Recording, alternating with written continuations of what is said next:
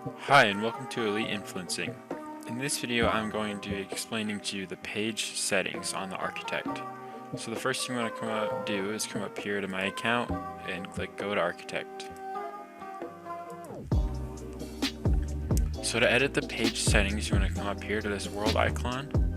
We'll go to the home page and click this little bubble right here and click Settings.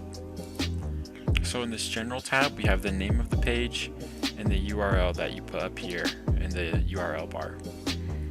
For this SEO tab, we have the title for what shows up on Google and the description right here. So if we look over at what EliteInfluencing.com has, this is the title and this is that description.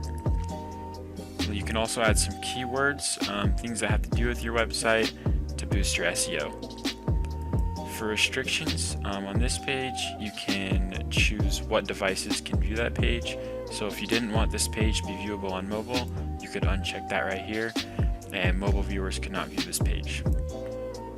For advanced, this is where you can add HTML scripts to your site if you want to do that for things like Google tracking or other things you can embed. And on permissions, this is where you can change if you want certain users to be able to view that site or not.